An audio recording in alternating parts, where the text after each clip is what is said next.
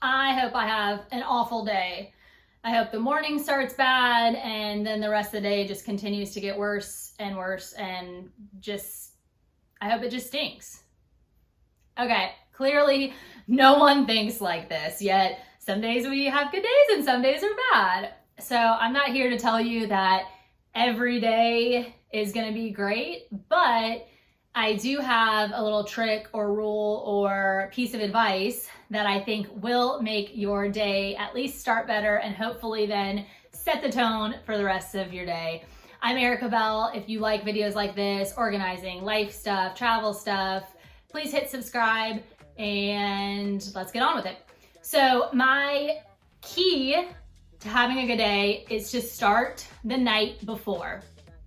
So what do I mean by this? If you are a coffee drinker, go ahead and set your coffee pot up. If it has like an auto brew option, set it up the night before, put it on the timer so that when you wake up, it is already ready to go. So you can just roll out of bed and sip on your hot coffee. If it doesn't have that option, just go ahead and fill it with water, fill it with your coffee grounds. Then when you wake up in the morning, all you'll have to do is just hit brew. And then while you go brush your teeth and all that stuff, it'll be brewing and it'll be great. The other tip for starting the night before is to set your clothes out that you're gonna wear. Go ahead and pick it out. If you are gonna plan a workout for that day, have your workout clothes ready to go in your gym bag. If you're going into work, have your work clothes ready. You know, there's a reason that Steve Jobs wore the same thing every day. Even things like picking out our clothes just takes up brain space, right? It takes us thinking, and so many of us already have this decision fatigue. We have to make so many decisions, and it's just one less decision that you have to make. So make it the night before, so that way in the morning you're not just kind of scattered and stressed out by doing that. And then another thing to do with the night before is to set your alarm clock earlier than you have to wake up, okay?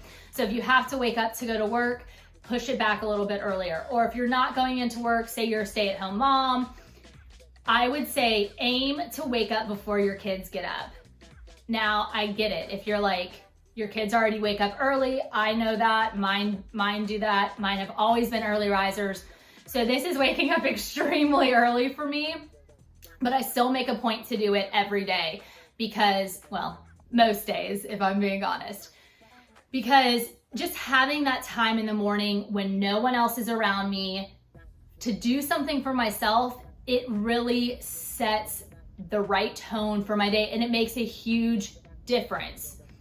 Or if you're going into work, you know, whether you're gonna be with kids all day or you're gonna be around colleagues, whatever it is, you've at least set aside that time by yourself for yourself. Okay, so what can you do with this time? You could work out. You could go ahead and get your workout in. You could meditate. Shoot, you could simply watch the sunrise or just go outside for some fresh air. Or one thing that I like to do is journal. I do something called morning pages. So, and I'll link some stuff about morning pages. It has like totally changed my life, but it's just kind of like my time to I do my devotion, I do my journaling. It's like my time with God. It's just very sacred to me and it's very impactful. Starts the day off right. And then also on top of that, you won't feel, if you're giving yourself a little bit more time, you won't feel as rushed. Like no one likes to start their day like scattered, rushing out of bed. I realized like when I was staying at home with my kids and I wouldn't set an alarm and I just let them like their cries or them like talking wake me up, I just realized that like it was kind of jolting me out of bed. It was not this like peaceful way to start my morning and I needed to change it. And so I'm not gonna say that waking up super early is going to be easy. It will be something that you have to probably adjust into if you're not a morning person, even if you are a morning person. It takes some time, so give yourself grace and patience. And if you can prevent it, maybe don't hit the snooze button because sometimes the longer you linger, it's just harder. Sometimes you do just need to pop out of bed and get going. So those are all things you'll do the night before and it'll make a huge difference with how you start your morning and how the rest of your day goes. And then one last thing, it's not the night before, but it's the day of. Make your bed. This is like, it's like proven that it makes the rest of your day better. You don't have to put 18 pillows on it. It doesn't have to be this simple thing. Just pull it, or it can be a simple thing. Just pull the sheets up, straighten it out a little bit, and voila. Your whole room will look tidier. You will feel tidier. You're starting the day on that note. And it makes a huge difference. So they say that like the first 15 minutes, whoever they is, they say the first 15 minutes of your day can like make or break it. So we want to do all we can to make it the best we can. I hope you enjoyed this. What are some of your tips for having a good morning and a good day? Let me know.